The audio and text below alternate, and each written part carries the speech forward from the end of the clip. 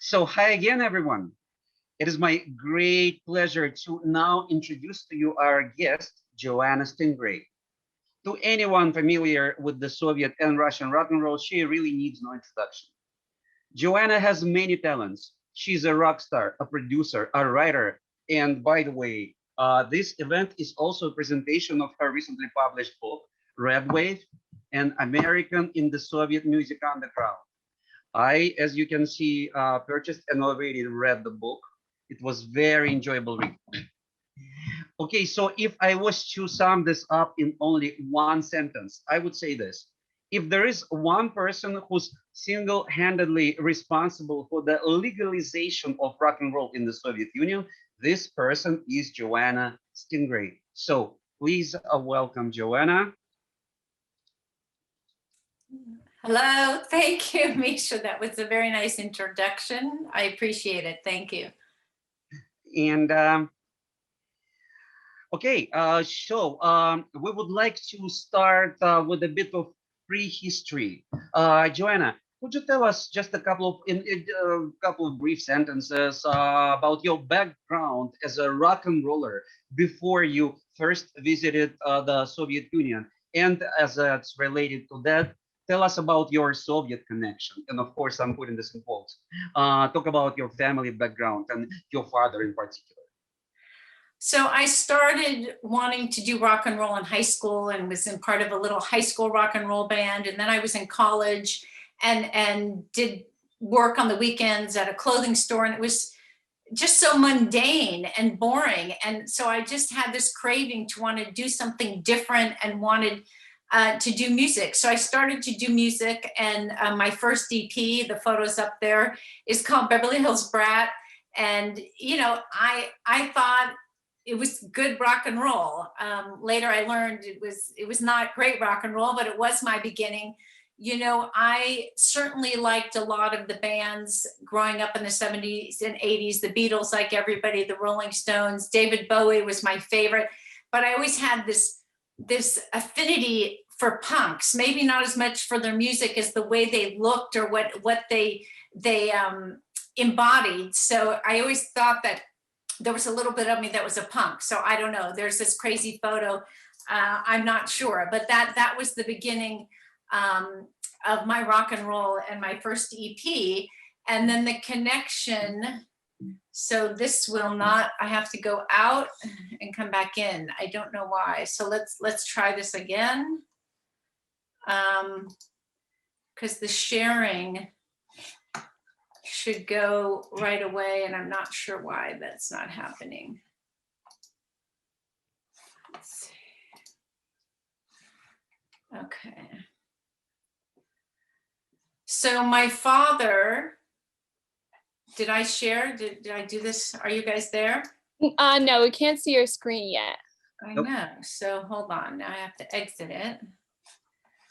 Okay, so I'm gonna have to go back. Hold on.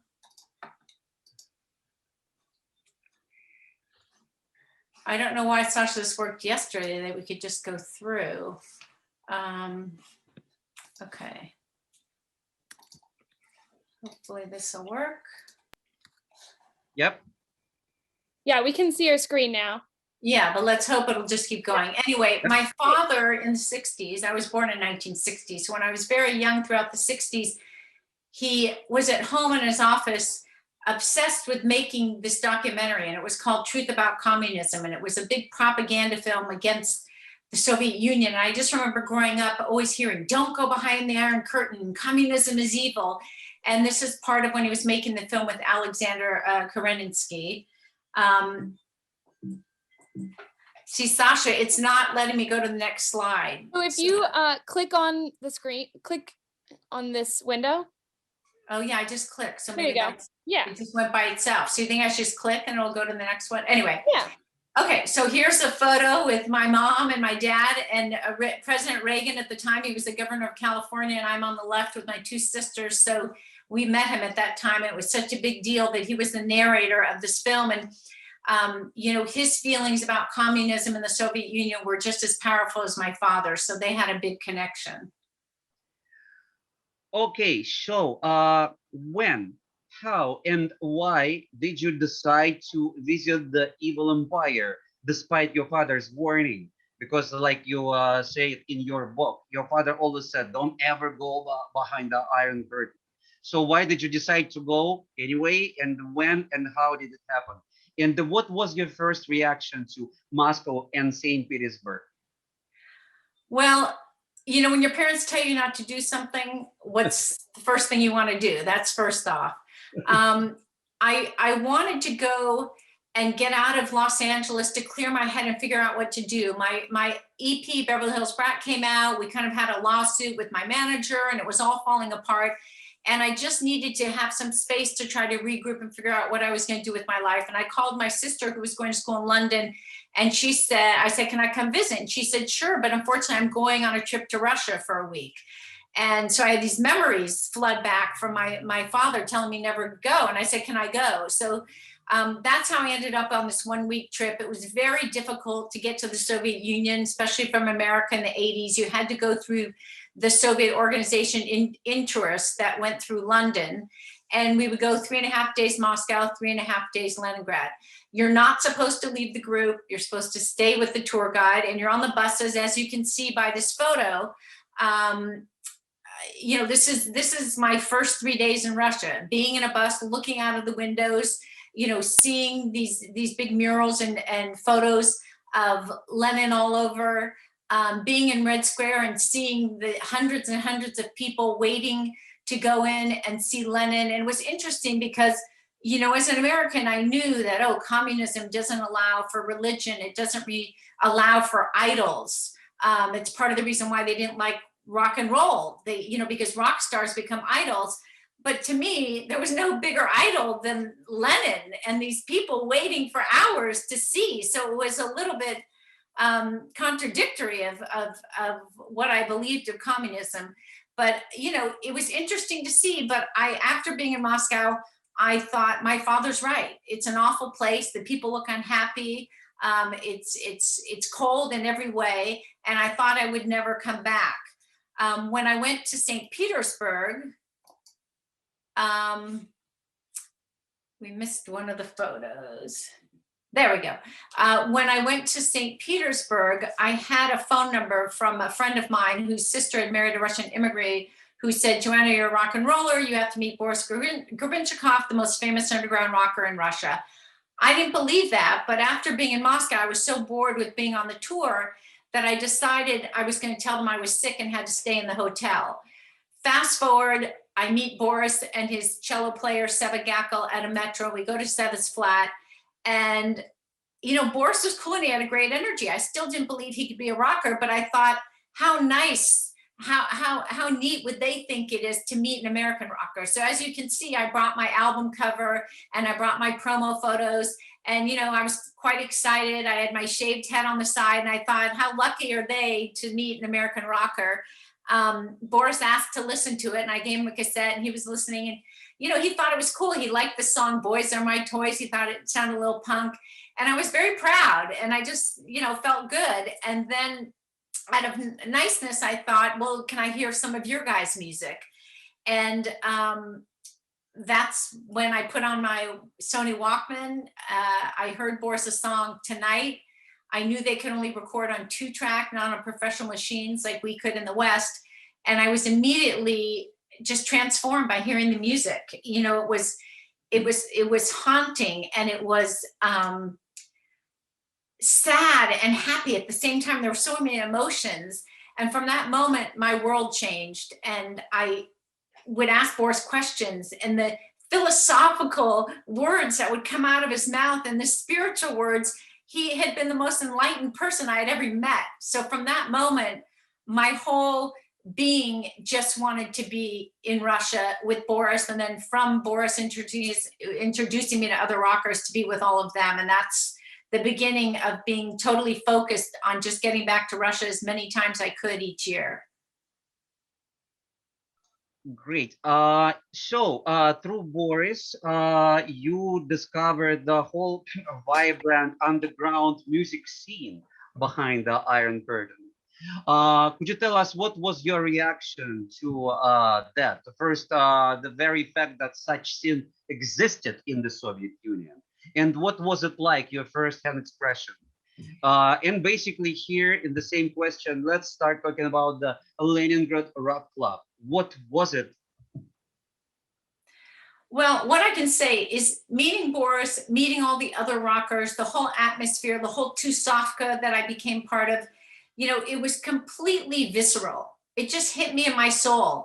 And my whole experience was indelible. I remember it like it happened yesterday. It was so powerful.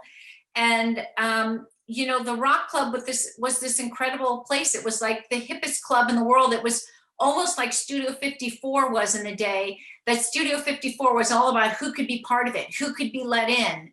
It became everything to many people in New York and all around that came to Studio 54. Rock Club had this vibe that if you were part of it, you were part of the most exciting thing. So before I talk a little more about the Rock Club, I'm going to show two little clips since it's a celebration of the Rock Club from concerts. And the first one is a clip from an aquarium concert, which I believe is in 1985.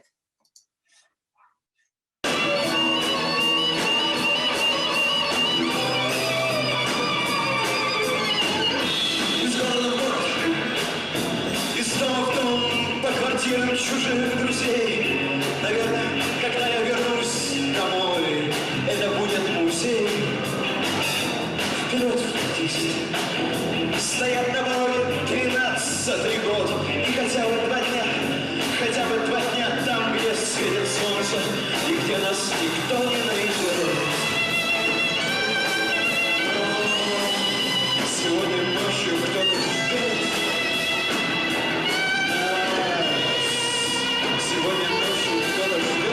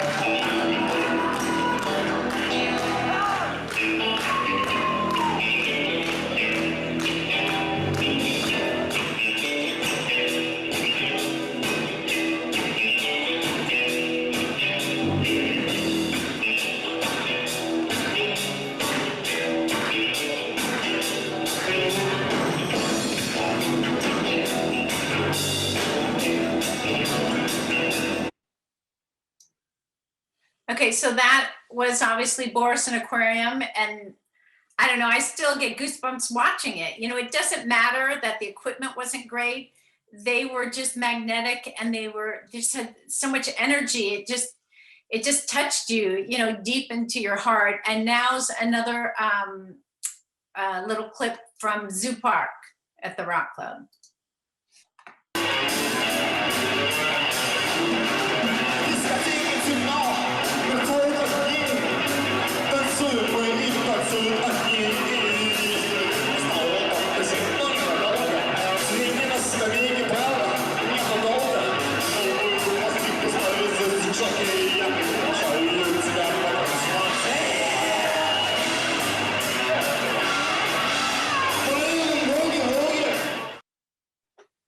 Okay, so those were two little clips from the Rock Club. That's what it felt like then. It was packed full of people sitting everywhere. They got very rowdy. It just really was a special place. And, you know, for me, it was funny because I wanted to be part of it and wanted to be part of these groups and part of the rock club. But I do remember that in the beginning, for the first year, a little bit more, when I was in the rock club with Boris and later on with Victor Tsoi, that the director of the rock club, Kolya Mikhailov, would never address me or look at me. Boris and I could be walking by and he'd say, "Ah, Maria, привет," and just as if I didn't exist, as if I was a ghost. And I learned later, because this happened many places around Russia in people's apartments and things, is that as long as he didn't address me, didn't look at me, he could pretend he didn't know me. So obviously the director of the rock club was kind of the mediator between the rockers that he loved, but the KGB that were overseeing the rock club, to kind of keep an eye on these underground bands and what they were doing. So I do understand the reason why he ignored me, but it felt weird for a long time. And I'll never forget the day I was walking by and he said, "Привет, Boris, привет, Joanna," and I almost fainted that he actually said my name and looked at me. Eventually, of course, I became part of the rock club. I became a member of the rock club. I played at the rock club. And, you know, it's just one of those iconic places. So I feel grateful to be part of it.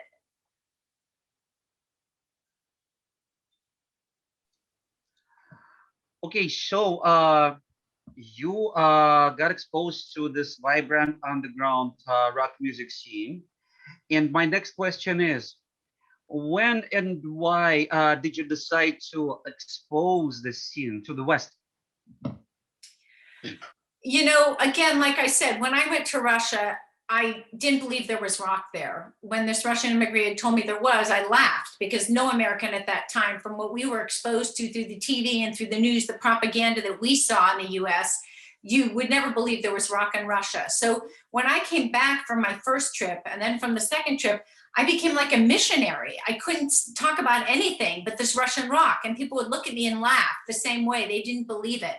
So over time, I would start to show them photos that I brought back of the guys, or I would have some of their cassettes and play their music. And I saw right away that Americans had the same reaction that I did. Their mouths would drop and they would say, "Wow, this is rock and roll. I don't understand what they're singing, but this is cool and this is rock and roll." So I learned that I had a powerful tool and that I could do something with that, and that I could open up Americans' eyes and ears to a part of something happening in Russia that we could identify with.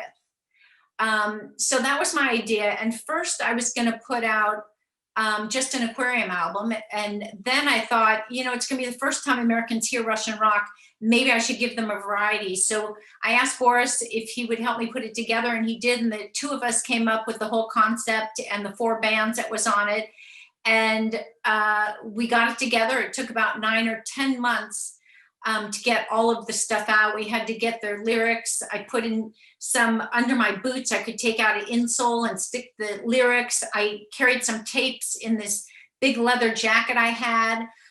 We were lucky enough that we were friends with some of the diplomats in the consulates in Leningrad, the Swedish diplomat, the French, the American, and they helped a little bit with some stuff in or out of their diplomatic pouches.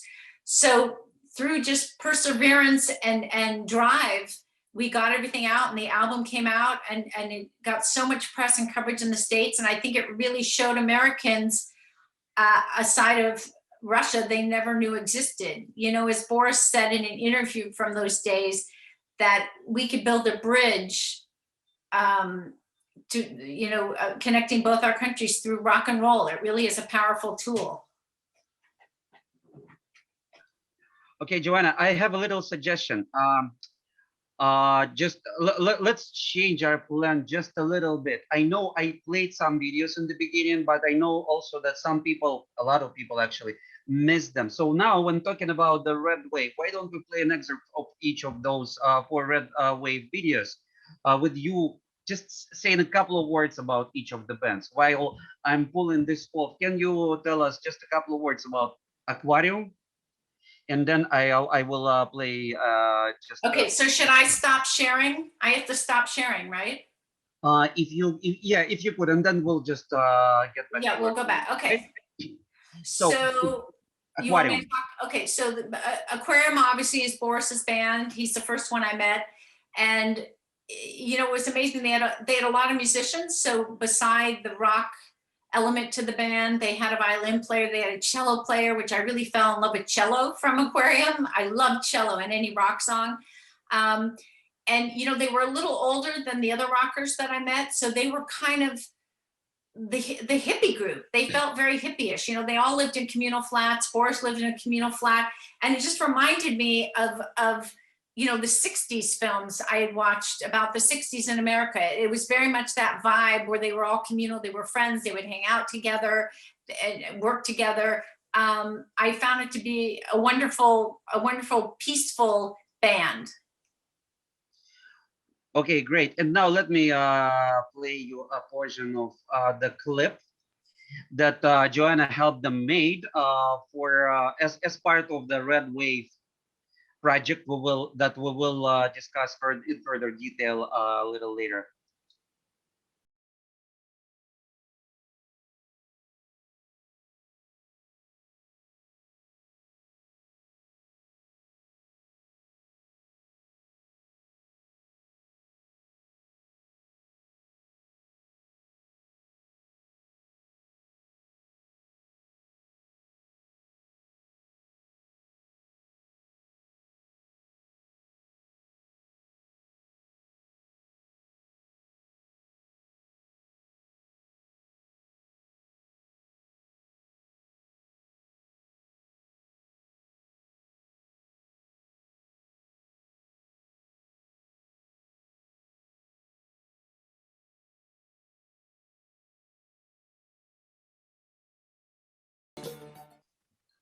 Okay, that was Aquarium, and next comes Kino. So I met Victor Tsoi through Boris. Boris was great. He brought us to the rock club. He brought us to Tusovkas to meet a lot of the different bands. The first time I saw Kino at the rock club and they started playing, what I found interesting about them is that Victor's songs had these loops that would get stuck in your head. And I didn't know any Russian, didn't speak any Russian. And I'm sitting in the rock club, and by the third chorus, I found myself singing, and I thought, what am I doing? I don't even know what I'm singing. So a lot of his songs, you know, it was funny because I was looking for, I did an interview with Canadian radio a week ago, and I was sending them some music for it. And I went and sent him Streetcar Headed East. And all week, I can't get it out of my head. It's like, his songs are so hypnotic and they just get in a loop of your head. So I found Kino to be a really great group, a mix of rock with a little pop that I thought Americans would really enjoy because of how easy it was to find yourself singing along to the melody, even if you didn't know the lyrics. Okay, so here comes Kino.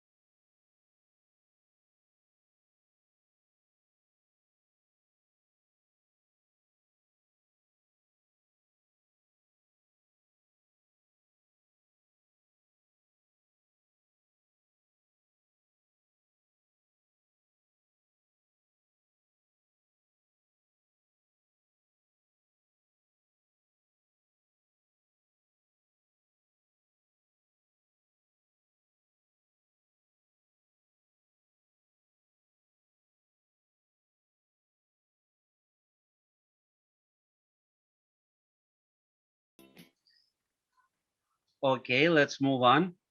Strange Games. You know, Strange Games was such a fun,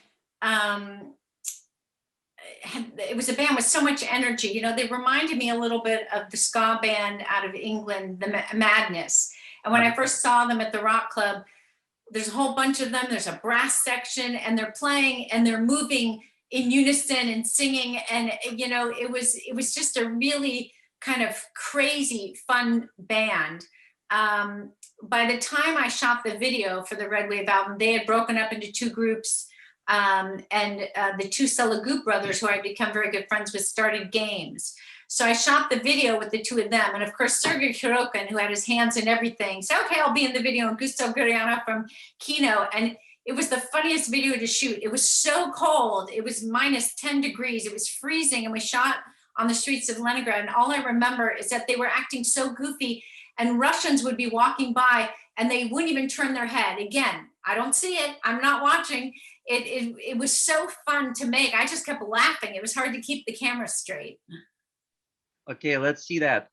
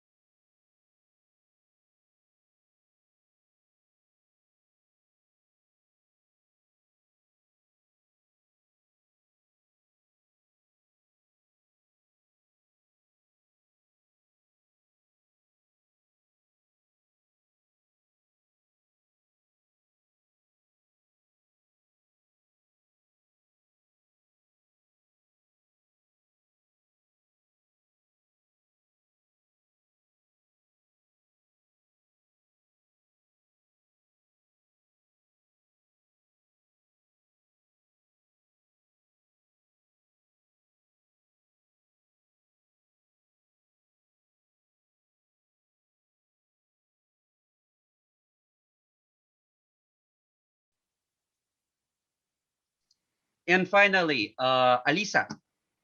So Elisa came to the Leningrad Rock Club a little bit later than the first three that we just saw, because Kostya Kinchev was from Moscow and ended up moving to Leningrad.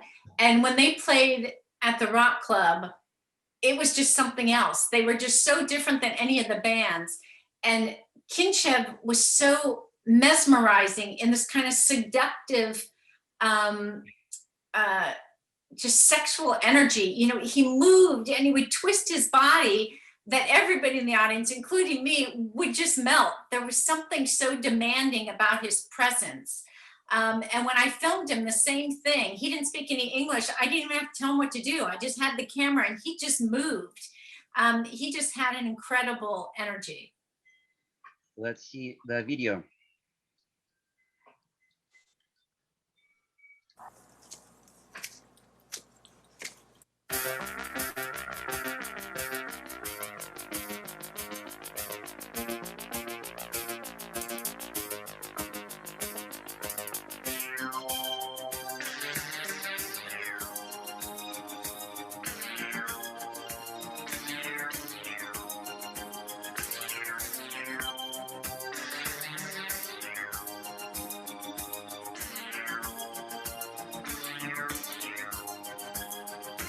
Экспериментатор движений вверх-вниз идет по улице своих построек. Он только что встал, он обретенный чист. Он прям как параллельный, как крепость стоит. Экспериментатор движений вверх-вниз смотрит в сторону выбранной цели. Он знает ответ, он предельно собран. Он прокладывает путь для других поколений. Экспериментатор, экспериментатор, экспериментатор, экспериментатор. Экспериментатор движений вверх-вниз формирует новые модели сознания. Он идеально выбрит подтянутый строк. Он несет свой кирпич к алтарю мироздания. Экспериментатор движений вверх-вниз видит простор там, где мне видна стена. Он считает, что прав, он уверен в идее. Он в каждом процессе достигает дна. Экспериментатор, экспериментатор.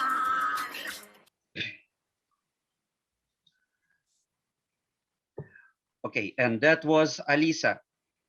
So these were the 4 bands that were included in the Red Wave album that you produced in the West. And of course, I'm jumping a little bit ahead here. So would you tell us in a little more detail, how did you manage to smuggle out all this music to the West? And what risks did that entail? Because now it might not sound as a big deal. Okay, grab a tape, bring it to the United States. What about back then? You know, I was so passionate about trying to share the music with the West that I wasn't as careful as I should have been. You know, my big fear was to have my visa declined and to be kept out of Russia, because I was just obsessed with being there and being with everybody. But again, I was young, I was naive and passionate, and that leads to a little bit of stupidity and fearlessness. And I was definitely fearless.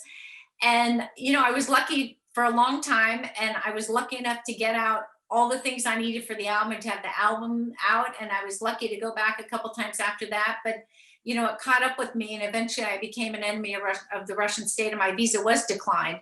But again, sometimes when you feel like you're supposed to be doing something, you're not thinking about the risks. You just do it to do it. So I just knew that I had to spread this to the world. Could you tell us about the production of the Red Wave record, and how you became a sort of a stranger in a strange land in the eyes of officials who, like both KGB and FBI, saw you as a spy? They certainly did. I'm going to go back to my slideshow. Hold on. Okay, let me see if I can get to the right photo.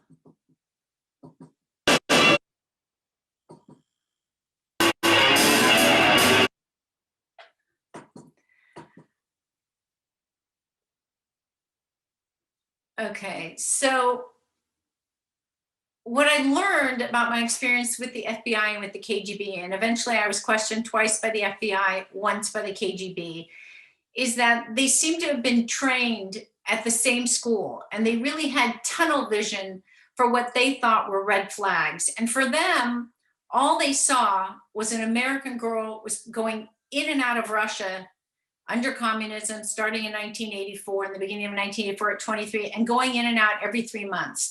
To them, that said spy. No matter how much I tried to convince them, no, it's the rockers. Look at these guys. I love their music. I'm just here, you know, to listen to their music and hang out with them. They did not believe me. And the other thing is that neither the FBI or the KGB asks you what they want to know.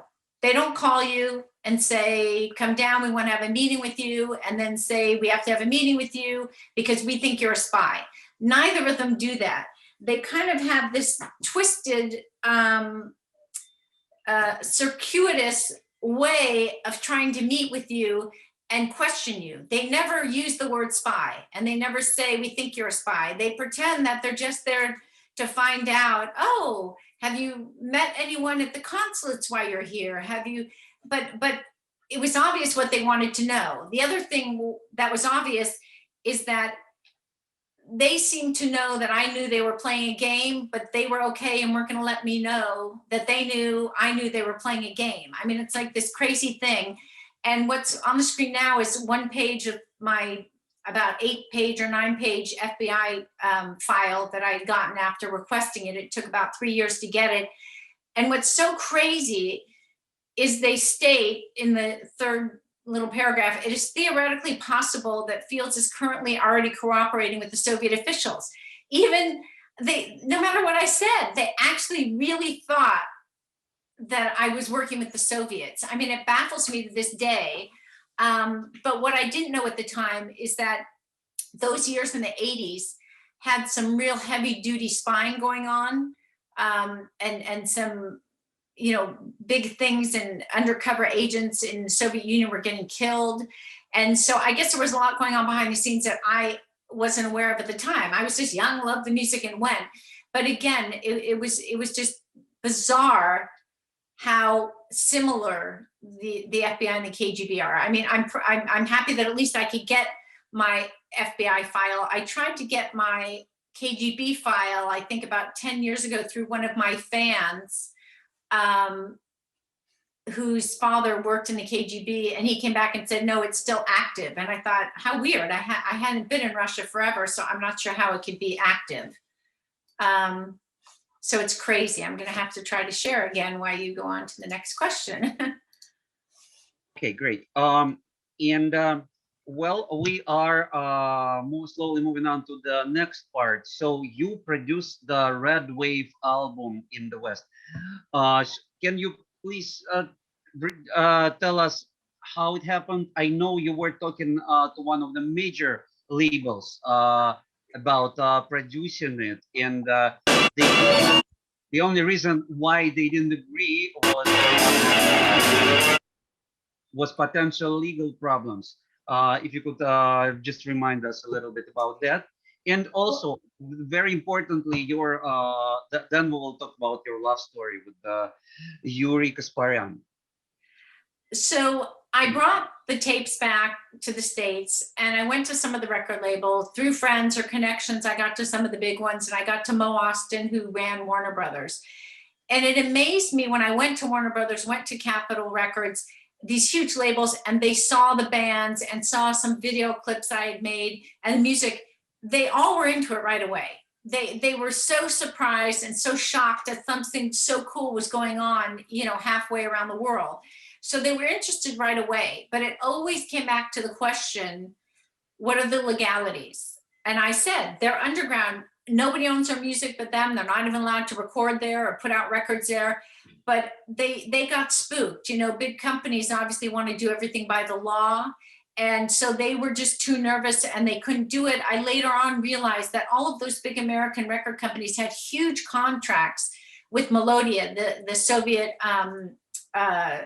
record label, for all of their classical music. So I think they didn't want to risk the reputation that they already had working with Russia and making a lot of money off a lot of the Russian classical music. So I ended up at a small record label called Big Time Records. It was out of Australia and had an office right in Hollywood. And the guy loved it right away. And of course, because he was independent, he said, oh, we could have some legal problems, right? Okay, but that could be good press. Let's do it. So to me, I didn't care who did it. I just wanted to get it out there. And I was lucky that it was put out there.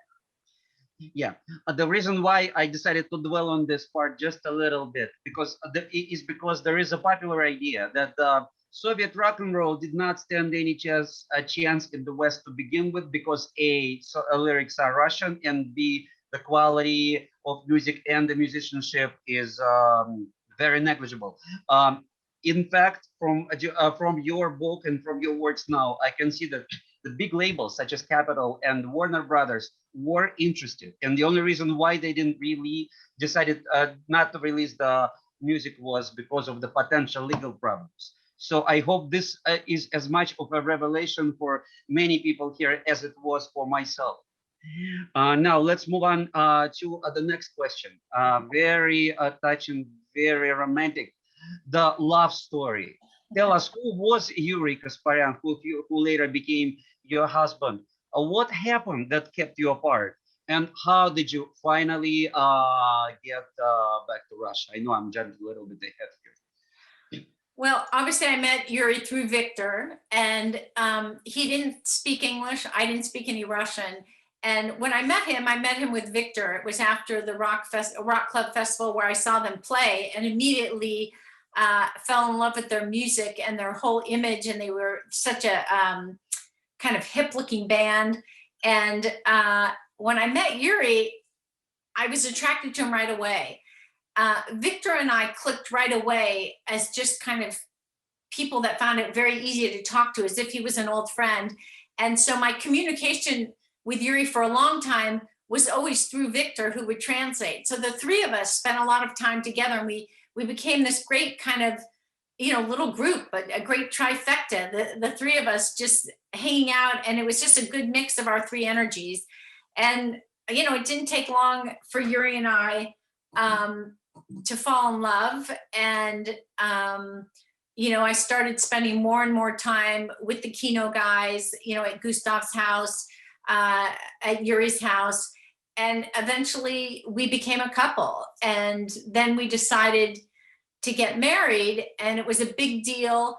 And my parents and some friends were going to come from the States, and Life magazine wanted to come shoot the wedding, and NBC wanted to come shoot the wedding. It was a very big deal. And a couple days before the wedding, the travel agent said, we got 29 of the 30 visas. I'm sorry, Joanna, we didn't get your visa.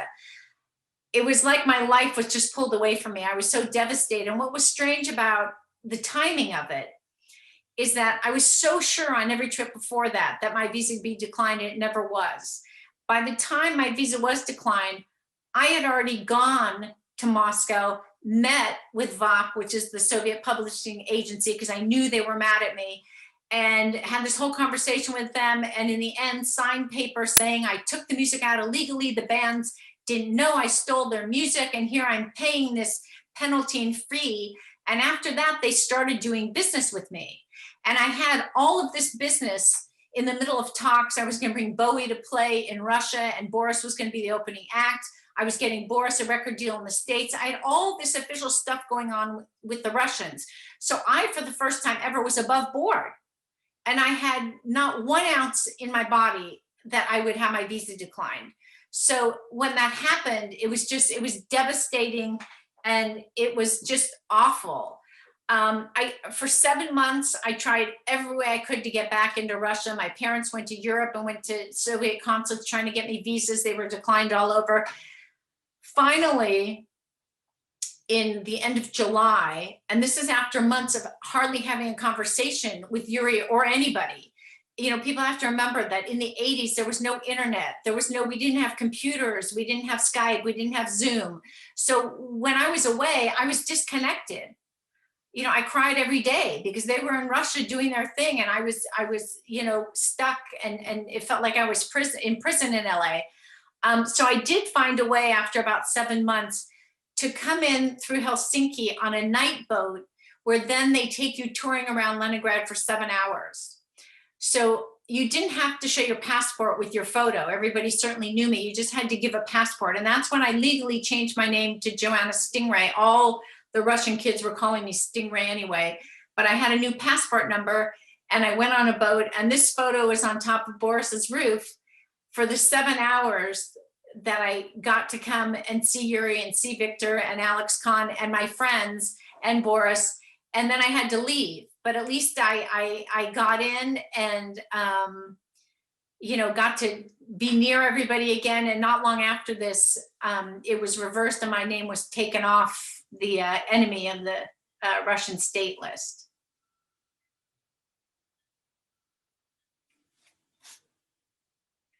My next question. How did you manage to get to the Soviet Union after all? And tell us about your wedding, which became like a real rock and roll wedding and a sort of an event that symbolized winning the Cold War, if you will, and East meeting West. Yeah, you know, I wasn't thinking about the big picture and all of that. I just wanted to be with the person I was in love with and wanted to get married.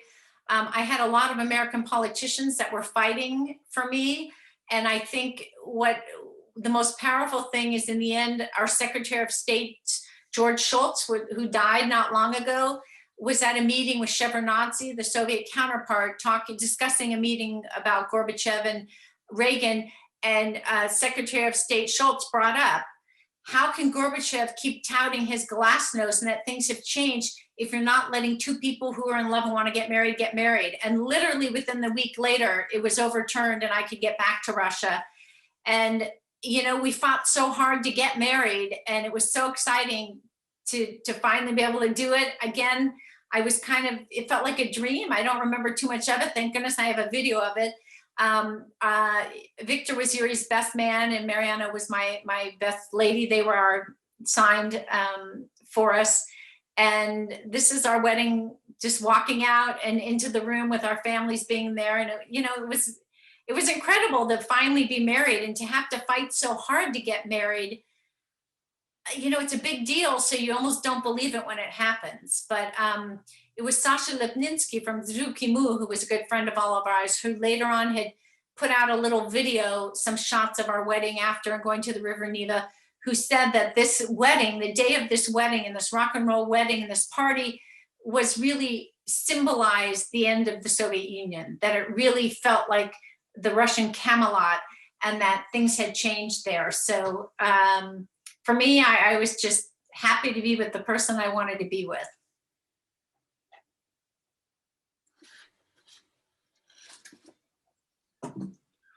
Hey,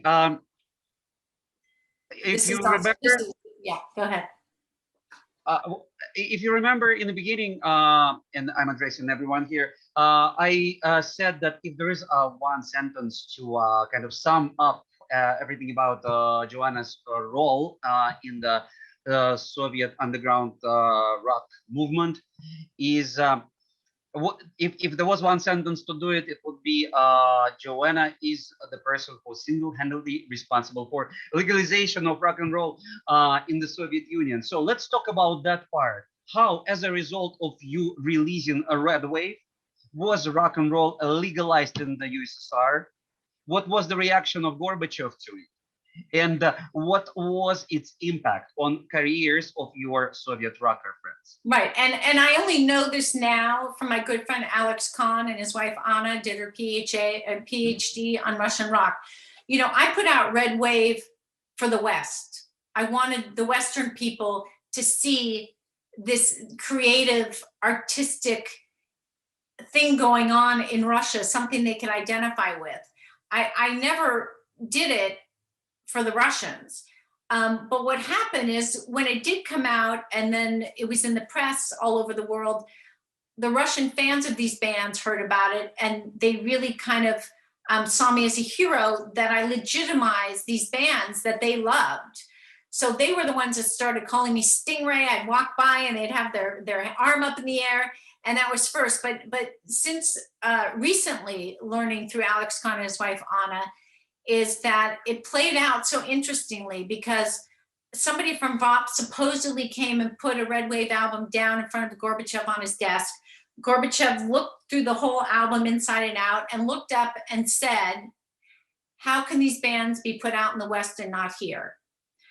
So then what happens, that's kind of opening Pandora's box. That's Gorbachev saying go. And the Russians, the Soviets went. You know, they saw all of the press going on in the West and they didn't want to be embarrassed of how they could be, you know, hiding this wonderfully creative stuff going on. So immediately, Alex tells me from one day to the next, underground rock bands became legitimate. You know, they couldn't be played on the radio, they couldn't be played on the TV, they couldn't play in big concert halls. One day to the next, all of that can happen. Boris, Aquarium, Kino, Elisa, all of them were being played. They were on the TV. It opened up so quickly. And then the biggest thing that happened is that Melodia asked Boris if they could release one of its Aquarium albums. And why this was historic is that they would not censor it in any way. How Boris gave them the cover, the artwork, the songs, they would put it out 100% how he gave it. And that was a game changer because that's all the rockers wanted. They loved doing their music and that people could hear it, but they really wanted it to be put out, you know, where more people get a hold, that they could have it on vinyl, but they didn't want, you know, to give out to censorship. You know, they didn't want to give up their freedom of their spirit. And so this album that is up here now was the first one, Aquarium. And after that, they offered the same to all the other bands. So in hindsight, I'm thrilled that Red Wave made such a big impact. Again, I missed a lot of this because this all happened at the very end of 86, mostly in 87. And 87 was when I was an enemy of the state and out of Russia for almost, you know, 7-8 months of that year. So I missed a lot of this, but I'm very happy to know that Red Wave did have an impact. One of the closest Soviet rocker friends of yours and one of the people that you clicked with right away was Victor Tsoi. So let's talk about his sudden and tragic death in 1990 and how it impacted you and your life. You know, when my visa was declined, it was the worst thing that had ever happened to me in life. And I didn't think that anything could be worse than that. You know, it was devastating in every single way. But having my visa declined was absolutely nothing to what it felt like when Victor was taken from us.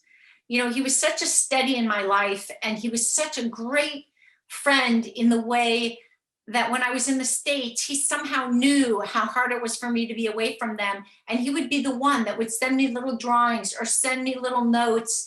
And when I was leaving Russia, he'd say, I'll be waiting for you. I won't forget you. You know, he just got me. He made my existence on this planet so much better and so much happier. And to have him just pulled away was a tremendous loss. And this is a photo at the cemetery, and you can see Natasha's there, and Yuri and me and Rashid Dugmanov. I don't know, I don't remember even being there. I was in such a daze for months after he died, and I just have never experienced such a difficult loss. And I realized that it wasn't just me, it was everybody.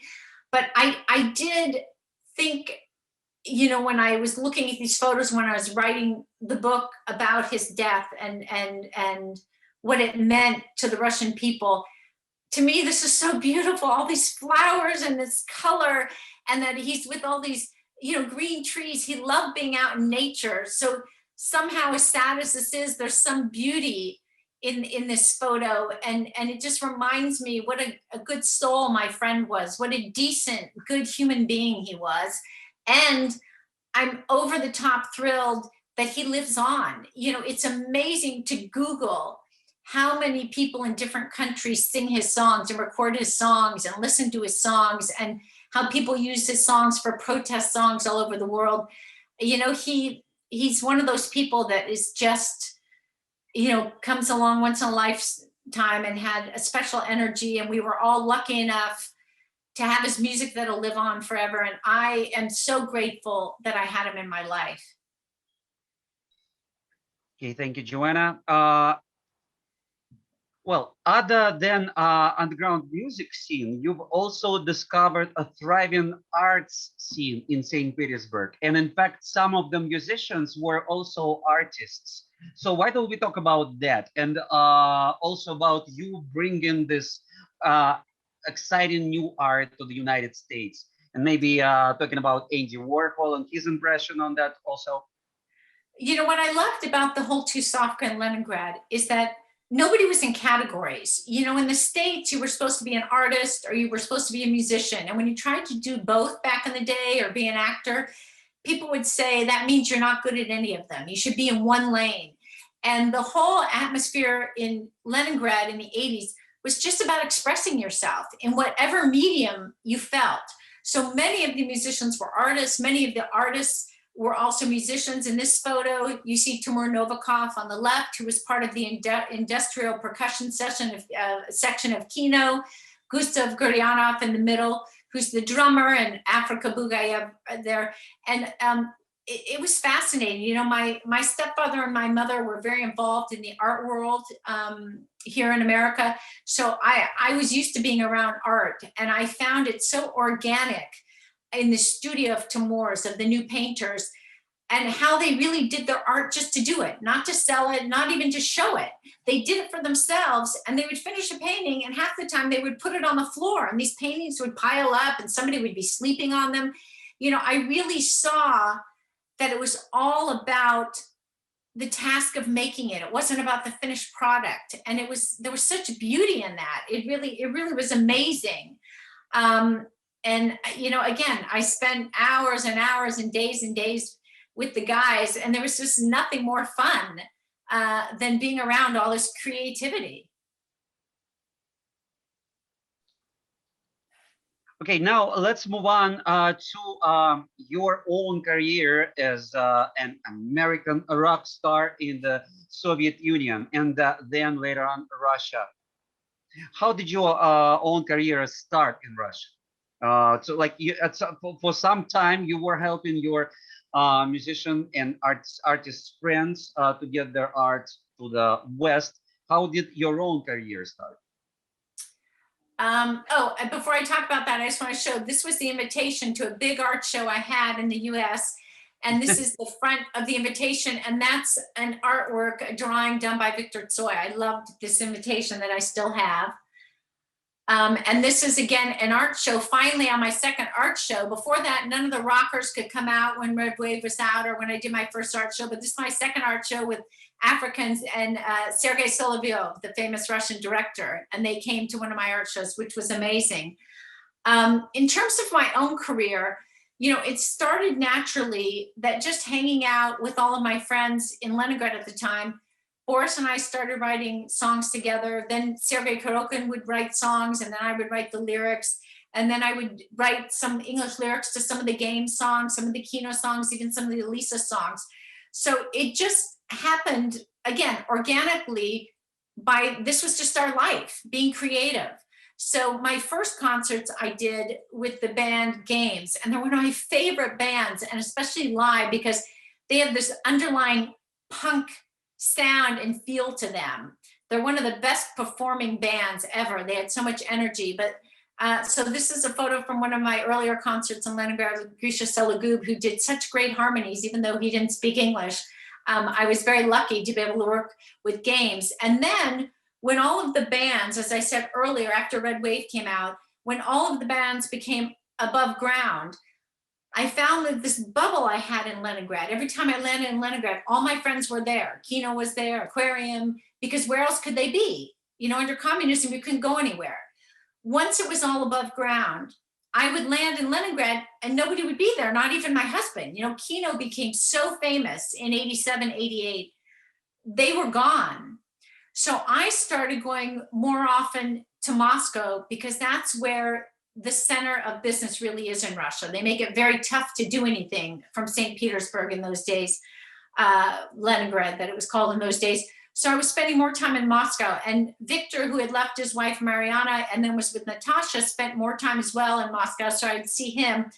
And that's when I started having more of a real career. And Melodia wanted to put out my music on their label.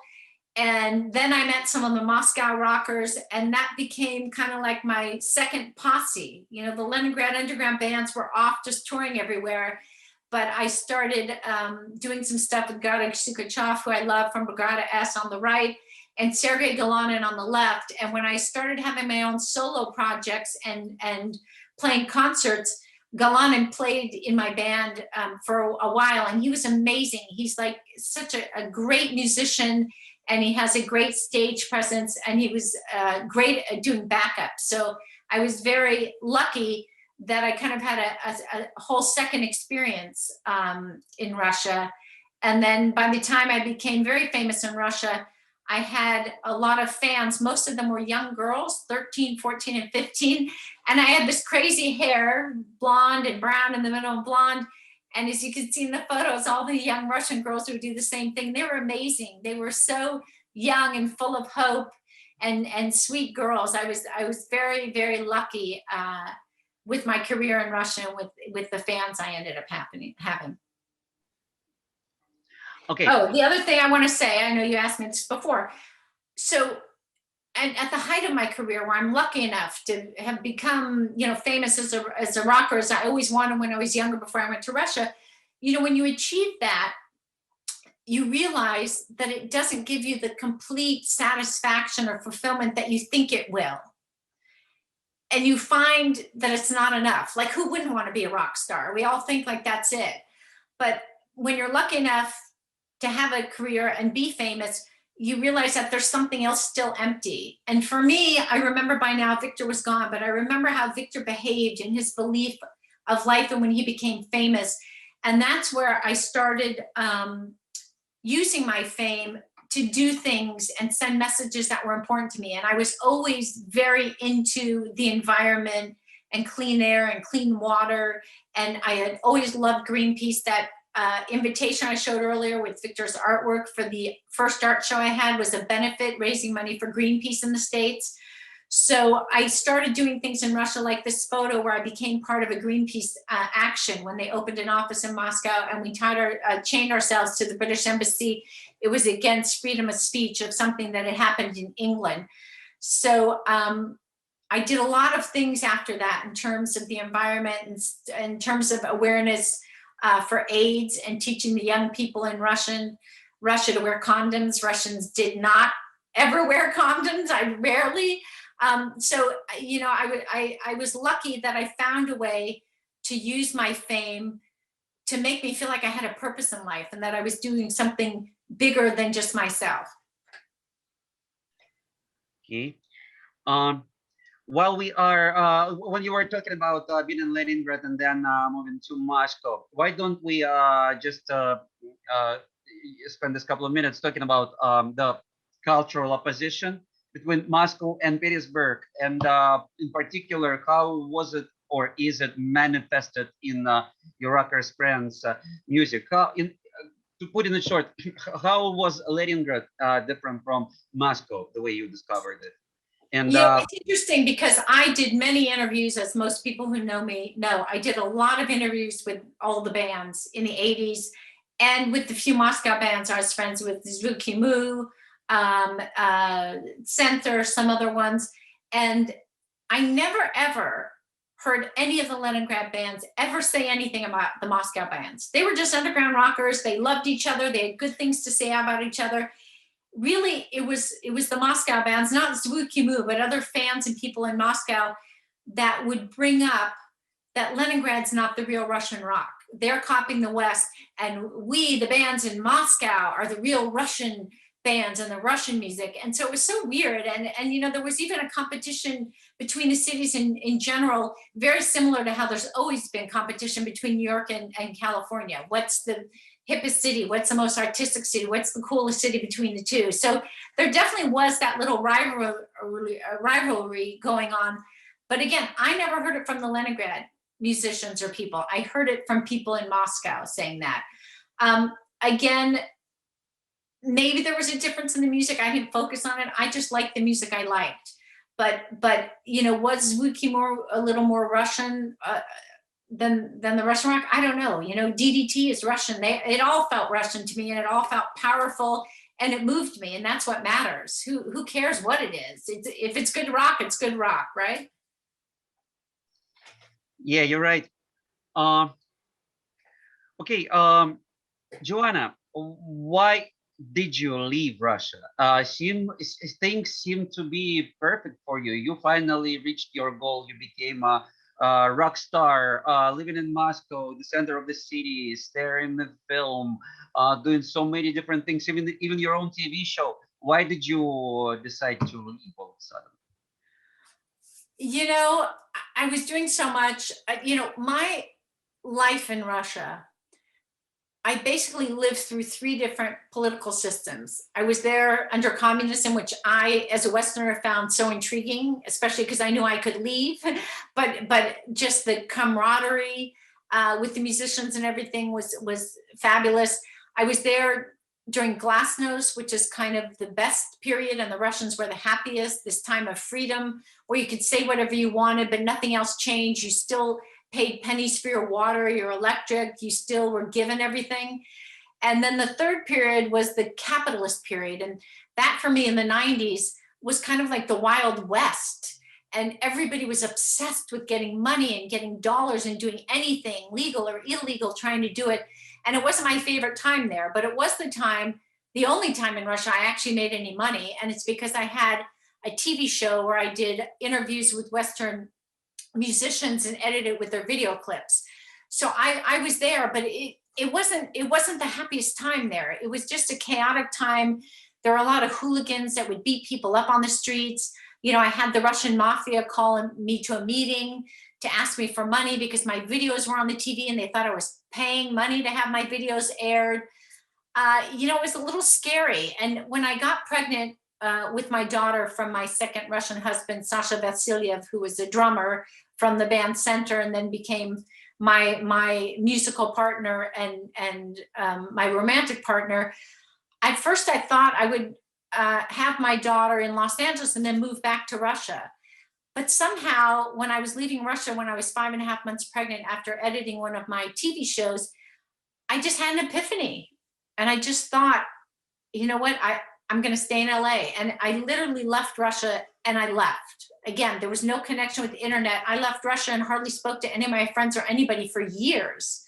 But I became just as passionate and focused on raising my daughter the best way I could as I did with helping the rockers and doing the Red Wave. So, you know, again, nothing I ever did in Russia, and it was the same leaving Russia. None of it was something I thought out and planned. It was all just from an emotional side that things happened. And that was another one that somehow I just, 1996, I got on a plane and I didn't go back. Okay, now the book. How did your daughter Madison, your daughter from your second Russian husband, help you write the book? And once again, if you can see it, here is the book. I'm holding it in my hands. So let me see. There's one photo I'm missing here, but that's okay. So I took my daughter to Russia in 2004. It was the 20th anniversary of my first visit. She went to see her grandparents, and I played a concert in Moscow. She got up and sang. She doesn't remember it. She was 8 years old. Ever since she was about 8, that started a whole traveling thing. And I wanted my daughter to understand that Beverly Hills, that California, that the United States isn't the whole world. So I started taking her every year to see other countries. And I've been to like 76 countries. She's been to 65 countries. But in 2018, I had a trip to Norway and Sweden and Finland and all around. And a couple weeks before we left, she said, I want to go to Russia. And I said, well, we can't go to Russia. I planned this trip and you've already been to Russia. No. And she just had this pull that she had to get to Russia. And I thought, let me just see how easy it is. And because we were going to be in Helsinki, I hadn't been in Russia for 13 years. So I had no idea how things progressed. And I was amazed to find that the train, they now have a bullet train, a fast train from Helsinki to St. Petersburg that's in 3.5 hours. And I thought, oh, we can hop on a train. And so I fit in 3 nights just to go to St. Petersburg. And I got this amazing guide we love, Olga Bychek. And we went just to show her the history. I wasn't even going to call my friends. Long story short, we go to Russia. I reconnect with Africa, with Yuri Kasparyan, and Maddie fell in love with Yuri. She thought he was the sweetest guy ever. And then one night, Maddie went out to the ballet with our tour guide. Boris and his wife, Irina, came to the hotel to have dinner. And I was staying at the Belmont Hotel that used to be the Hotel Europeiskaya. It's where the KGB interrogated me. It's where they arrested Boris. But even as an in-tourist hotel in the day, it was the best hotel because it was right off Nevsky Prospect, which is the best place to be in Leningrad. So I stayed at the Belmont and they gave me a room with this terrace. And the interesting thing is the terrace looked right out on the Church of the Spilled Blood. And all of my years with Boris, most of our time was spent on his roof. So his communal flat neighbors wouldn't hear what we were talking about until the KGB. And we were on his roof with the Church of the Spilled Blood behind us. So I invited Boris and Irina up and I opened the door and they had a table set up outside. And I said, here, Boris, we're going to eat here. And he couldn't believe it was almost the same view. So it was a full circle. And the next morning we were leaving and I thought, okay, this was nice. I'm glad we came to Russia. But my daughter said, no, it's not okay. I didn't meet Boris. I went to the ballet. And Boris said to me, why don't you come to my flat before you guys fly out in the middle of the day? We go to Boris's flat, we sit down, he makes some tea and we're sitting there. My daughter says something to Boris. I don't know why she said this, but she said something like, people can be so mean. Young people are so mean to each other. And Boris says to her, but Madison, your life is like being in a play and you're the director. And if there's some mean people, just kick them out. Say, go fuck yourself. And in that moment, I look and my daughter has transformed to me 35 years ago in that second photo I showed sitting at Seva's apartment, where my whole life became Boris and he was the light and I needed to be near the light. And my daughter is looking at Boris the same way. And they go on, this half-hour philosophical conversation. We leave Russia and my daughter, who refused to read the book I started writing with this other writer, said, give me those paragraphs. I want to read it, the first chapters. And everything was changed for her. It was magical. She felt Russian. She was in Leningrad saying, I'm Russian. I really believe to this day that Sergei Kurokin and Victor Tsoi pulled my daughter to Russia because I would not have my books out if we didn't go. And my daughter had this whole transformation, read those chapters, said that it's horrible, I can write better. And I said, give it a try. I started giving her some of my chapters. She turned them into just poetry. And that opened up everything. I'm so proud of the books. I know that when people read it, I've done many presentations in Russia, and when people read it, they can feel what it was like to be in Russia in the 80s near these people. So I'm very grateful to my daughter. And this photo on the screen is after we have this meeting, and my daughter is completely enamored by Boris. He gave her this ring, this skull ring, and she first put it on backwards with the face facing her. And Boris said, no, Madison, the face always faces out. You know, somehow everything Boris says is poetry. So this is just a fabulous photo, because this is what started the whole path to getting these books written. And then we got it out in English, the book that you showed. I'm just so proud, because, you know, as we get older, you do become nostalgic, and you think about your life and the things you've done. And for me, I feel now that maybe the reason why I was put on this earth was because I was supposed to be the fighter and the holder of the legacy and memories of my friends, and especially because most of them have died. And, you know, I just love that my book is out in Russian and in English, that people know who Sergei was, who Victor was, who Gustav was, who Timur was, who Boris was. And so I'm helping to preserve their legacy and keep them alive. So I feel very grateful that fate brought me to Russia and changed my whole life. Okay, this marks the end of our official interview part. Thank you very much, Joanna, for this exciting conversation. Should I go out of share now? Should I go out? Yeah, I guess you can. Yeah, there we go. Let me mark the beginning of our questions and answers section by reading a couple of questions that were for some reason direct message to me instead of our general chat. So let me read them for you, Joanna. First question.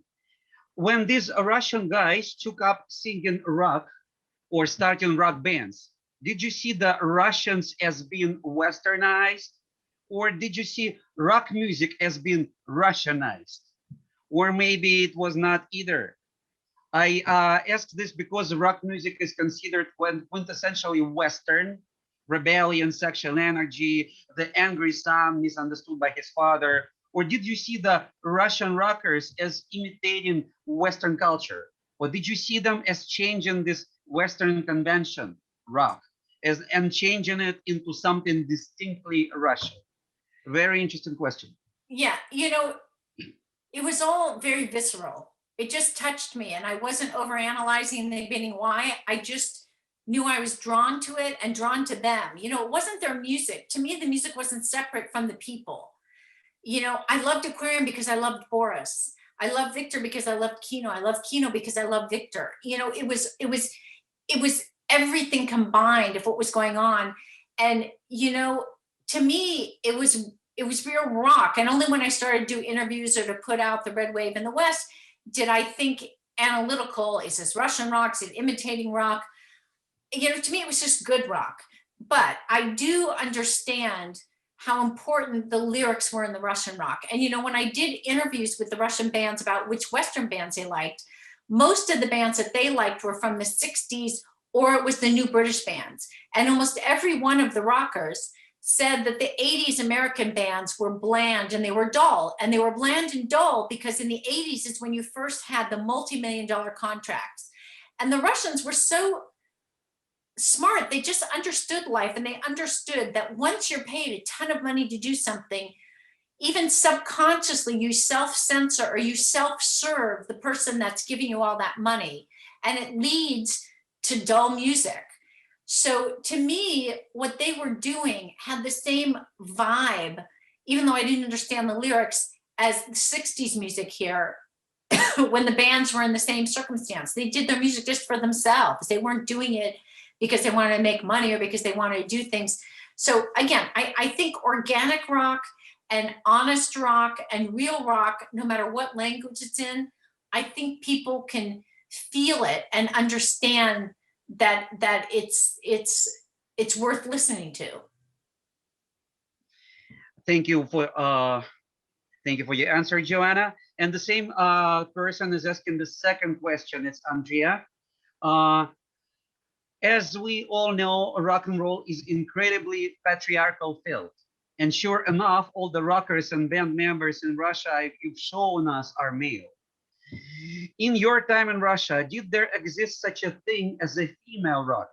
Or was a rock music in Russia solely a male purview?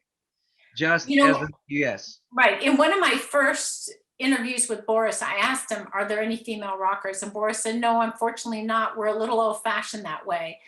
And it was amazing that I became one of the rockers there, because as being an American, I never saw those limitations. In America, women could do whatever they wanted to do. So for me, I never questioned, oh, I'm doing rock here and I'm a woman. You know, I became one of them. I was one of the guys. I had a great time as being one of the guys. Who wouldn't want to hang out with a bunch of amazing guys? You know, the only one I ever heard about or saw a little, I did not ever meet her. I don't think I saw her in concert. I saw her on TV, was Joanna Stingray. And she was amazing because she was almost more like a performance artist than I would say a rock artist. But she was the only one I saw. So there were very few women there.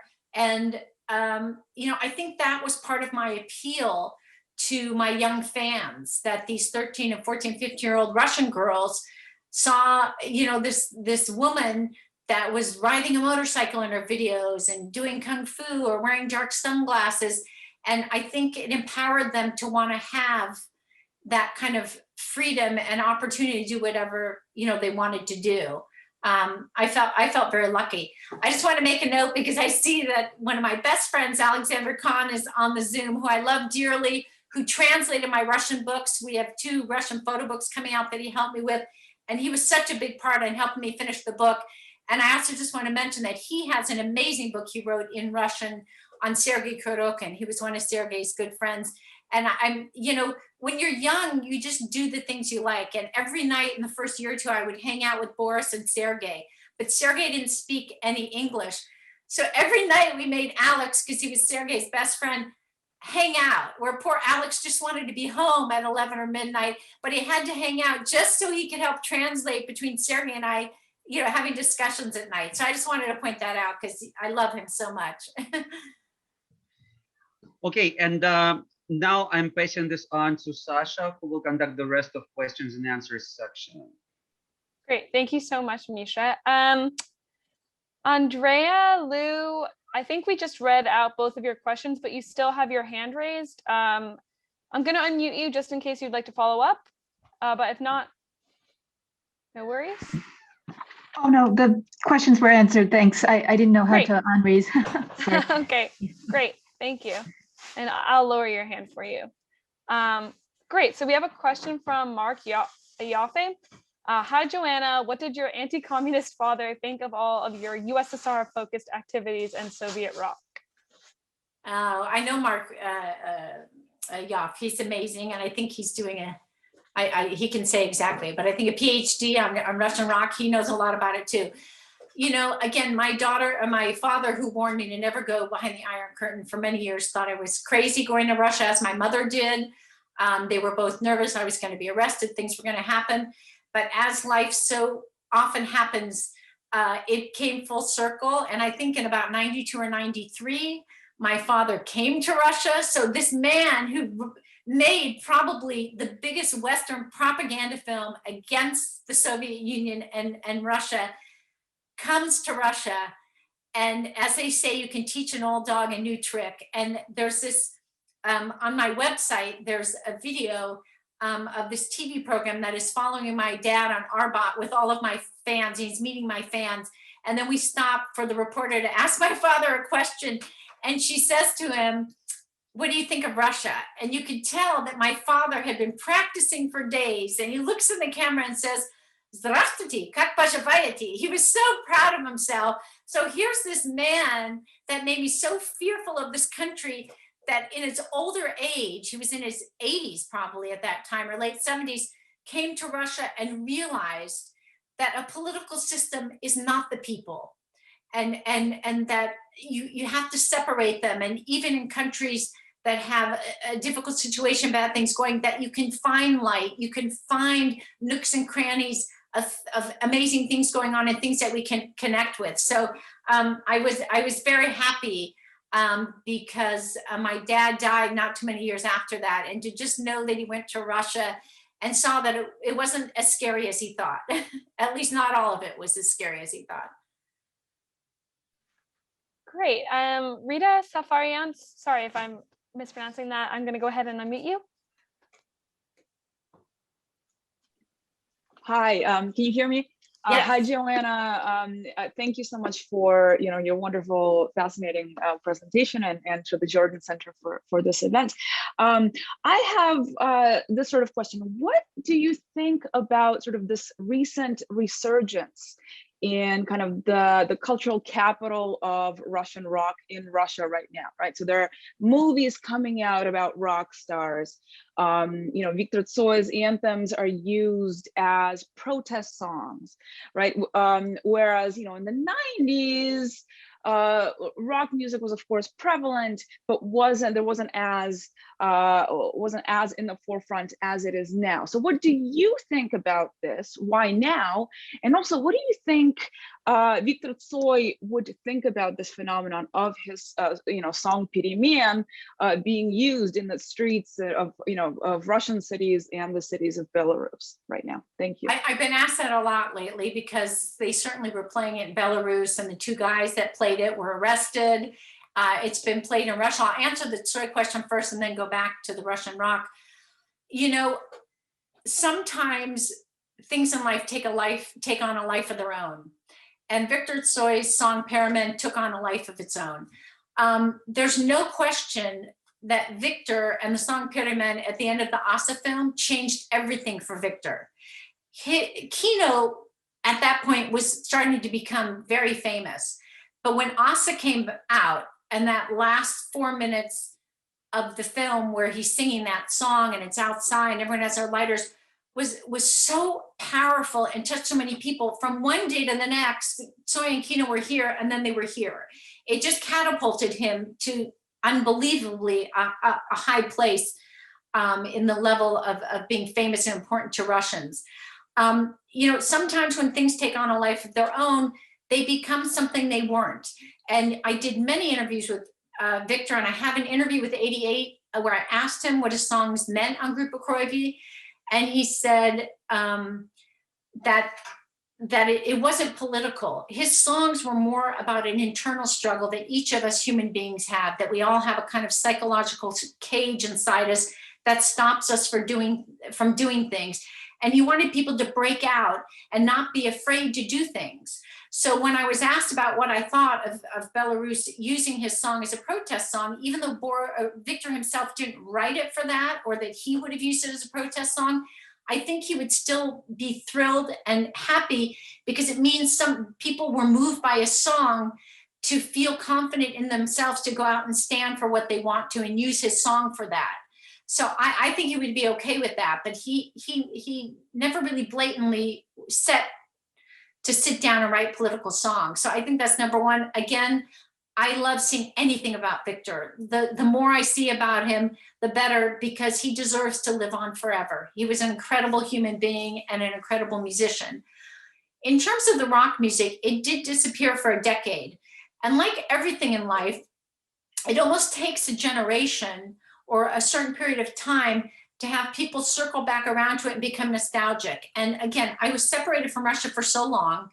And then about 4 years ago, I decided to scan all of my photos. I had thousands of them, and I was so tired of all these boxes. I wanted to scan them and throw them out. And I put this website out, my website, with these photos, and I thought the Russians would be happy. I had no idea how they would flip out over it.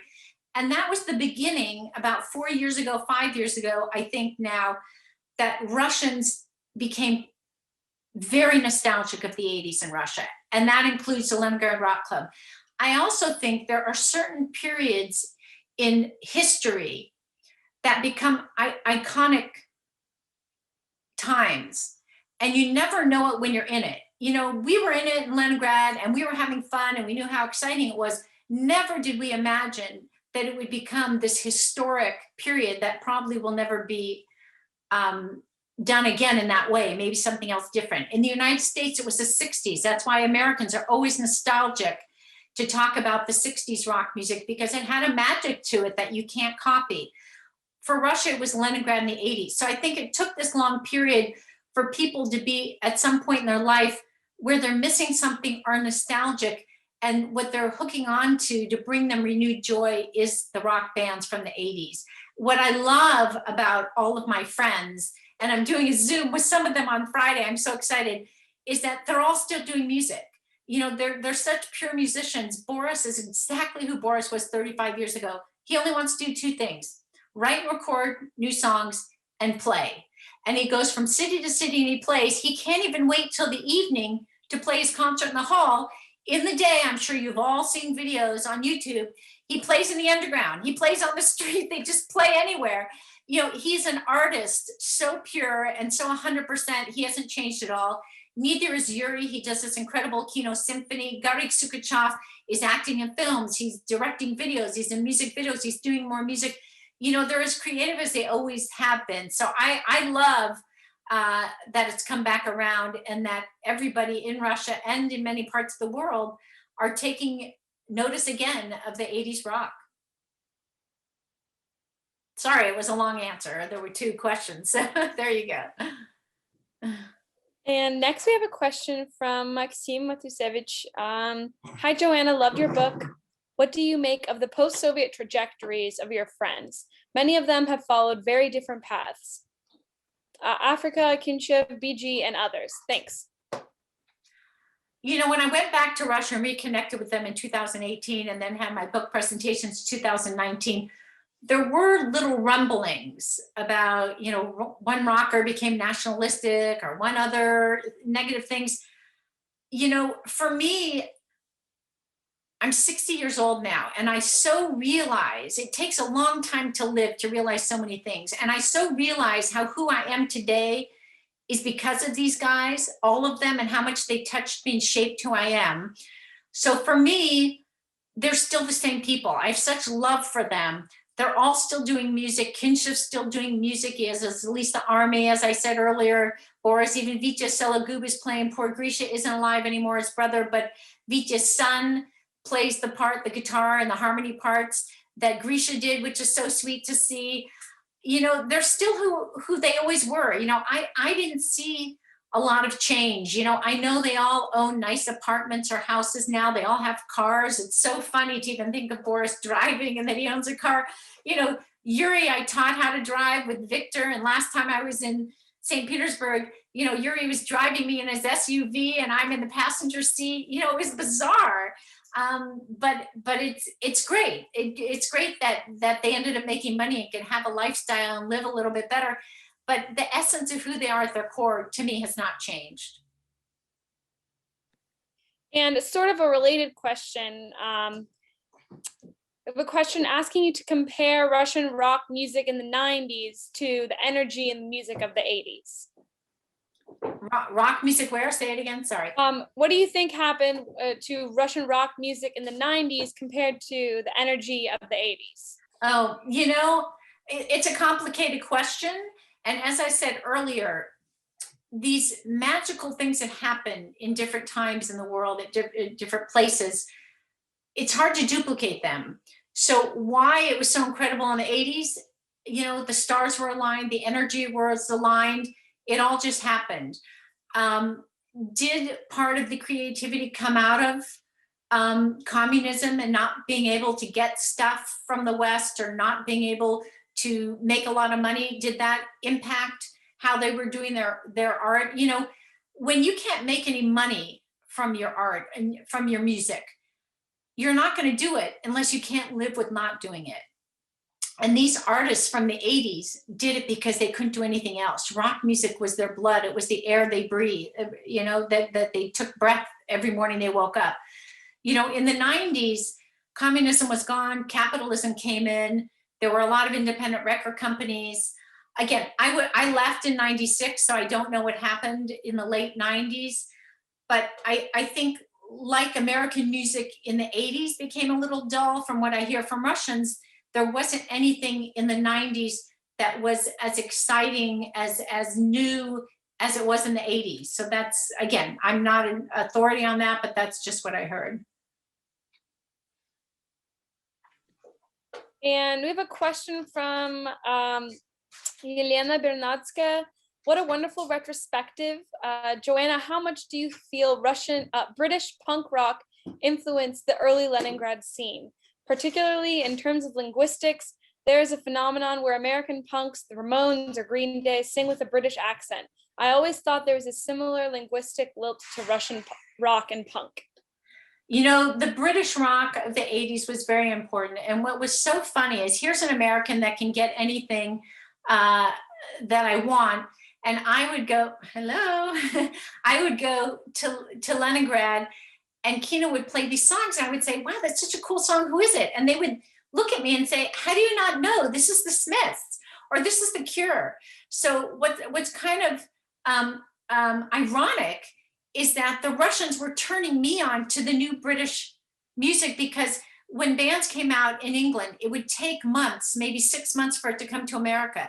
But because in Russia, they didn't have access to Western music, they found a way to get it. You know, when you can't get something, you want it that much more. So they would get the new music from England before I heard it, and they were turning me on to things. And you know, the Cocteau Twins, that Sergei and Boris, and and even Boris loved this Irish music. They really turned me on to stuff. So I think it did have an influence on them. There's no question. Victor's favorite song was the Love Cats by The Cure, and the little ba ba ba ba ba. Victor had put that in his song. There was no question he adored those bands. You know, we used to listen and sing The Cult, Nirvana, and Sanctuary. Oh, it was a great song. In fact, I have a video of a great Pop Mechanics concert that was on the street once, and Boris was on the guitar, and Yuri and Victor were on the guitar. And as they're testing the sound, they're playing Sanctuary by Nirvana. I mean, it's amazing.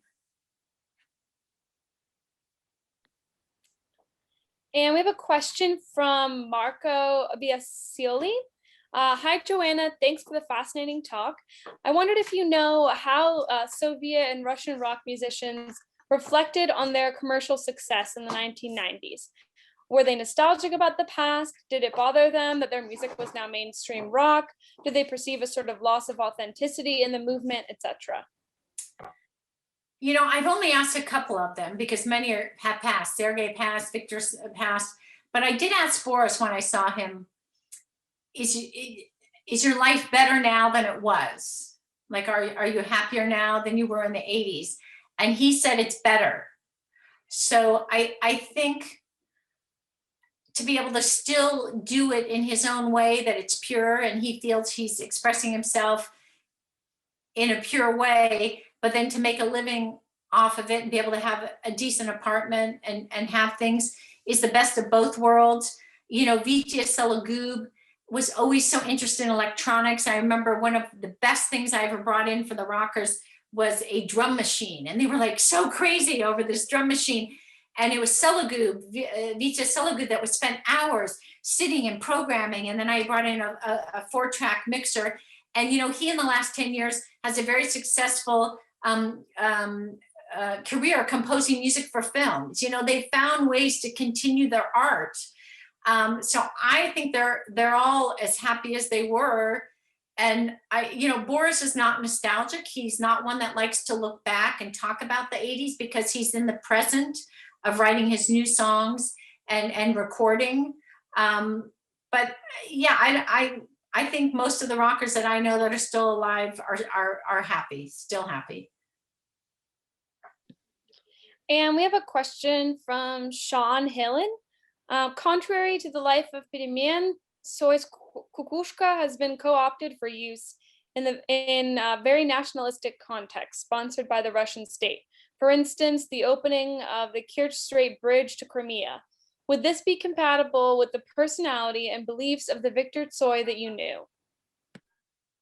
No, I'm not sure Victor would ever want his music used for any government purpose. You know, I think he wrote his music for a bigger reason. And again, it doesn't matter where any of us live. It doesn't matter what conditions we live under. It doesn't even matter if you're in jail. We all have conflicts of trying to figure out who we are. And we all have insecurities as humans. We all have a longing to figure out what our purpose is. You know, we're all humans. And in the end, we're all searching for the same answers. And I think that's what he was really writing about. And I don't, again, if people are using his songs in protest, that's them becoming empowered by his music. But if a government is using his song for something, I don't think he would be on board. I don't think he would have ever sold his songs to be part of something commercial, or certainly for any government. So I don't, not the person I knew. And a question from Joshua Sanborn. What did you think about Serebrennikov's film Leta? I know BG was not a fan, but did you find any parts of it that resonated with you? You know, I have to be honest, I loved the film. I thought it was great. I don't know if anybody ever saw the independent American film called Almost Famous. It's a great film. And Leta, to me, was just as good in another way. And I understand exactly why Boris was mad. And when you're writing a story based on real people, especially when some of them are alive, and even more so when they're dead, it's very important how you alter or portray history. And the big problem with Leta is that they portrayed that Mike Naumenko is the one that kind of found Victor Tsoi and brought him into the rock club, and it was Boris. So you're changing history. And you know, that's part of Boris's legacy, that he brought Victor in. So that is a big mistake in it. But I thought the way they captured the way Leningrad looked at the time, the Tusovkas, the apartments, you know, I don't know about the dancing naked on the beach. I wasn't dancing naked on the beach. I didn't see any women dancing naked on the beach, but a lot of it rang true. The rock club scenes rang very true. I thought it was well done. But more than that, if I'm not looking at it as a true story, I found it to be a great script. I thought it was produced amazingly by Ilya Stewart. I thought the direction was incredible. One of my favorite scenes of any movie I've ever seen is the scene on the bus where the average Russians, you know, the older Russians that look like they don't know anything, start singing The Passenger. One of my favorite songs from Iggy Pop, was one of the coolest scenes I've ever seen in a movie. So I love the film. Oh, the other thing I'll say, the other problem I had with the film, Victor had such a bright and happy and sweet energy. And so I had a problem with the actor that played Victor. And it's not anything against him, but he didn't encapsulate the energy or the essence of Victor. And I had a problem with that. You know, if you had gotten a different actor, maybe it would have been better. But that was my only other problem with the film. Okay, and we have a question from Vadim Astrahan. Hi, Joanna. When did you break up with Yuri? You know, it wasn't, you know, Russia's not like the West. You know, even getting married, one night, Boris just said to me, Yuri said to me, I want you to be my wife. You know, it was matter of fact. So we never sat and decided to break up. You know, Kino was off touring. I got an apartment in Moscow because I was doing business there. I actually ended up seeing Yuri more because Victor was in Moscow, so we were there. But then when Victor died, there was this void, and I didn't realize it till decades later, that this triangle of friendship we had, even though Yuri and I were married, Victor and I loved each other in another way, not a romantic way, but the three of us, it just worked. You know, it was a perfect triangle. The three sides and the three of our personalities just made it amazing and fun. And when Victor was gone, first of all, we were all in such grief. I didn't realize till I was writing the book, never in 30 years since Victor died, did I ever ask Yuri or Natasha what they felt when Victor died. And Natasha brought it up to me that we all couldn't deal with it. So we just closed ourselves down and we hardly ever talked or saw each other again. I didn't go to Leningrad for a long time. It was just a very hard thing to deal with. So somehow Yuri and I just went on different paths. I started having my career. I guess he was in Leningrad. I found it hard to go to Leningrad because it reminded me of Victor. So again, we just drifted apart, and there was no fight. There was no, no big problem. It just happened. And we have a question from Ilya Pasimansky. Hi, Joanna. I imagine, and I remember as well, English was very sporadically spoken back then in Russia. And even if it was very basic, it was very basic, I imagine. How did you get around, and do you remember any funny stories about that? My first couple of years that were mostly in Leningrad, I was constantly around people that spoke amazing English. Boris Grebenschikov, he was even a poet in English, Alexander Khan, Sasha Titov, Seva Gakel, they all were fluent in English. So I didn't pick up much Russian in the early days, except for, of course, Sergei Kurokin, who wanted to teach me all the dirty words in Russian and have me go up to diplomats and say dirty things to them. They spoke a lot of English. It wasn't until I moved to Moscow and then went on tour with a band where none of them spoke English that I started picking up some Russian. But again, any musician in Russia at the time, or rocker, was affected by the Beatles. And it meant they spent a lot of time listening to the Beatles and learning the Beatles and maybe translating their lyrics. So most of the musicians did speak some level of English. I know most Russians had at least a couple years of English in school. But yes, the average Russian on the street certainly didn't speak any English. And, I'm good at pantomiming or figuring out how to convey what I want sometimes without having to use a verbal language. And from Amaryllis Lugo de Fabritz. Hi, Joanna. Are you still following the rock scene? If so, what group do you think should we not miss? I left Russia, and because I was living in the States where it's very expensive, I was doing jobs and I had my daughter, so I really didn't do music for years. I didn't even listen to music very often. So I'm asked this a lot when I'm in Russia, what do I think of new bands? And I really don't know any of the new bands. Once in a while, I'll see something. I've heard about the guy from the band Leningrad. I think he's disbanded now, but I've read some stuff on him and how, he's kind of a shock artist or something, but he sounded interesting. I don't know many bands. Of course, everyone in America knows Pussy Riot because they've been on in the news here, not so much for their music, but for what they did and being jailed. And for me, Pussy Riot, I give them credit for being so bold. They were doing their music for a certain reason and they wanted it to have an effect, and they used it to really stand up for what they believe politically. But that's completely opposite of what the 80s bands were like, and it was very different. And the biggest problem I have with Pussy Riot is that I just don't like the music at all. I thought, boy, if the music was just a little bit better, they could do their shock thing and be arrested, but then also you'd like the music better. I just have a problem, but I understand it's more performance art and there's a purpose for them. And I certainly applaud their boldness and what they do. And a question from Vasily Dubinin. Joanna, does your daughter listen to any of the current Russian bands? And if so, do you know which ones? The picture of your daughter and Victor's son at the end of your book made me wonder that. Thanks very much for sharing your life story with us. Oh my gosh.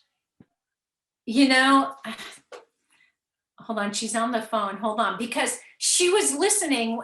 When we drive and go somewhere on a 1-hour trip or a 2-hour trip, we have to listen to her music. It's the only time I ever listen to music, and most of it I don't like at all. She actually had 1 or 2 songs that was from a Russian band that I couldn't believe. Let me see.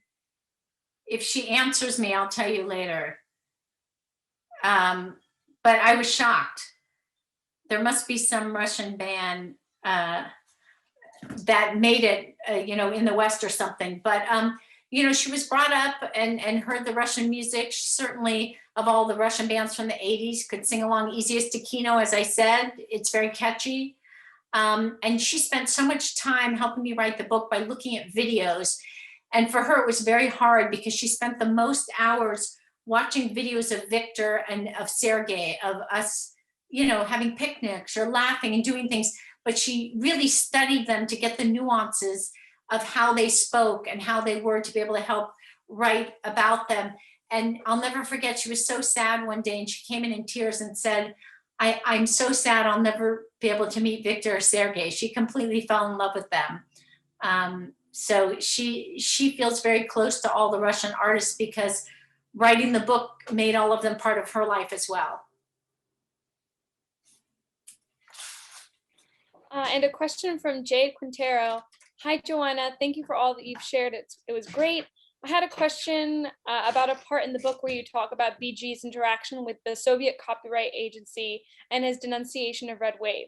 This seemed to be quite a change of character. What did you make of this? You know, as I wrote in the book, a lot of people were mad at Boris that he signed this paper against me. VOP had asked all the musicians to sign against me and none of them would, except for some of the members of Strange Games that really weren't part of Red Wave. I was never mad at him. You know, I just had this connection with Boris that was bigger than anything. And you know, he was just such a part of me finding myself that I could never be mad at Boris.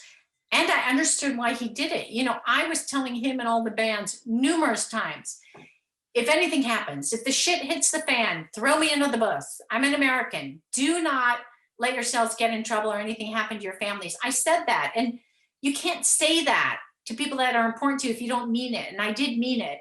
And, you know, Boris, as I said earlier, Boris had given up so much for so long. You know, he was underground at the beginning of Russian rock. He was offered to become official many times, very early when Andrei Makarevich became official. Boris turned it down many times. You know, he could have had a fancy apartment, a BMW, all that. He turned it down, he turned it down. When they asked him to write that against me, that was the same time they were offering him an aquarium, which were all his band members, bands and families that did the same thing as Boris, lived with very little just for their art. They had an opportunity to be the first to put out an official record without being censored. And Boris deserved that, and Aquarium deserved that. So I would have never have wanted Boris to throw that away just to protect me. I was totally okay with it. You know, it's very complicated. And even though I know some of it, I'm not Russian, I wasn't raised in Russia, but people that lived under communism in Russia understand the contradictions that you have to live under, the complications you have to live with. And it's not always clean and it's not always easy. But again, I never got mad at Boris and somehow had an understanding. We never spoke about it. I never asked him about it ever. I didn't need to. And I think this will be our last question from Yelena Bernatska. Do you think the bard tradition of Russian rock is gone now? Have the conditions changed too much for it to thrive again? You know, it pops up here and there. And of course, I knew in Russia how important Vysotsky was, and I starred in a film in Russia. My co-star was Vysotsky's son. And there is something about, you know, most bards seem to have that big gravelly voice that just the tone of their voice affects you. Obviously, Sasha Bashlachov was just one of the most incredible humans I've ever met and heard. And, you know, tears when I would hear him sing, and I didn't even understand the words. That's how powerful it was. But, you know, I've seen recently, even when Sasha, oh my God, I can't remember his last name, from Vabank, Sasha Sklar, you know, he sometimes posts things where he's just singing and playing acoustic guitar, and it's that bard vibe. So I think that's such a part of Russians' culture, you know, over hundreds of years. I don't think it'll ever go away. There's something so cool about it. I love bard singers. I just think it's amazing. Even Boris, quite often, who just, you know, posts new songs he wrote on acoustic guitar and singing. There is something, you know, so simple about it, but that almost makes it more powerful when it's stripped to nothing but a vocal and a guitar. So yeah, I love the bard music. And unless we have any questions, I think that's it. We're running at 2 minutes left. So I don't know, Misha, if you wanted to play the video just to close us off. Sure. Just let me once again thank you all for joining us here today, joining us at our virtual Jordan Center for the Advanced Study of Russia. I hope you enjoyed this exciting conversation. Thank you very much, Joanna. I'm really looking forward to meeting you in blood and flesh someday. Yeah, this video will be a good closer for this exciting event. Also, we hope. Yeah, it's a song I wrote with the Vitu Selagub. I wrote the lyrics and it was a game song. My song is called Rock Club and it was a tribute to the Leningrad Rock Club from many years ago.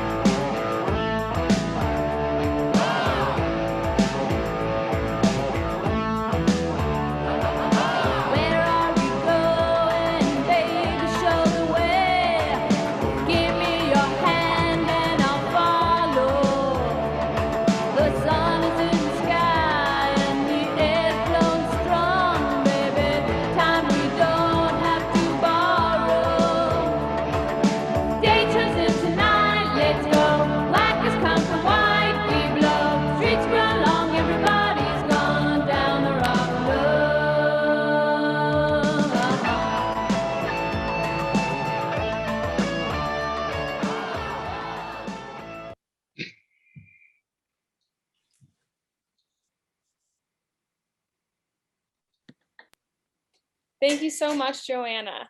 Thank you guys, I appreciate it. Навсегда будет русский рок-н-ролл.